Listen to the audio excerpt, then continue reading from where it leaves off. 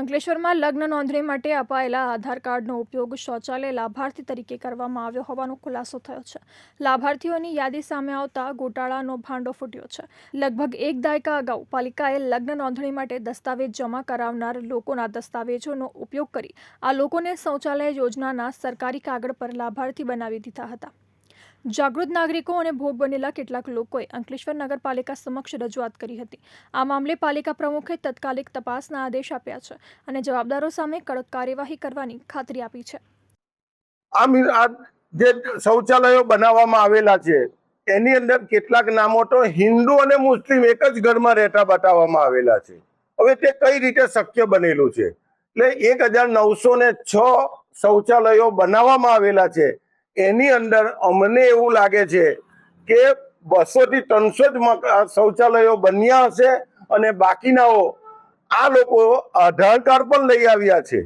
આધાર card એવી રીતે એ લોકોએ લાવ્યા કે જે તે સમયે જેમણે લગ્નનું રજીસ્ટ્રેશન કરાવવા માટે નગરપાલિકાની અંદર આધાર કાર્ડ આપવામાં આવેલો હતો એ આધાર કાર્ડનો દુરુપયોગ કરવામાં આવેલો છે।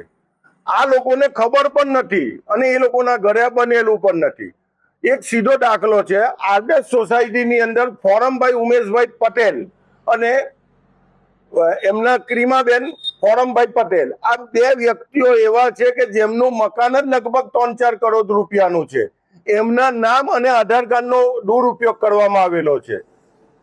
જાણ થઈ કે મારા ડોક્યુમેન્ટનો ખોટો ઉપયોગ કરવામાં આવેલ છે અને આ નંબર 1842 અને 1843 અને હું વોર્ડ નંબર 9માં રહું છું અને આ ખોટો ઉપયોગ કરેલ છે। મેં મારા લગ્નના સર્ટિફિકેટ માટે જે તે ડોક્યુમેન્ટ આપ્યા હતા એમાં નગરપાલિકાએ જે આનો ભ્રષ્ટાચારમાં ઉપયોગ કર્યો છે તેને હું સખત શબ્દોમાં વંખોળું છું અને આપણા અંકલેશ્વર પાલિકા એટલે કે અર્બન વિસ્તારમાં ગરીબ અને શ્રમજીવી પરિવાર પાસે જેમની પાસે શૌચાલયની વ્યવસ્થા ના હોય તેવા પરિવારને શૌચાલય બનાવી આપવા માટે યોજના અંતર્ગત પાલિકા 1-2 નહીં પણ 1906 શૌચાલય જે તે વખતે 12 વોર્ડમાં બનાવ્યા હતા। આજે 10 વર્ષ બાદ આ ગોબાચારીનો પરપોટો ફૂટ્યો છે, જેમાં એક પરિવારના 4 સભ્યોના નામે શૌચાલય પણ બાંધવામાં આવ્યા હોવાના કૌભાંડના આક્ષેપ કરવામાં આવ્યા છે। એને વિશે મને એટલી કંઈ જાણ નથી।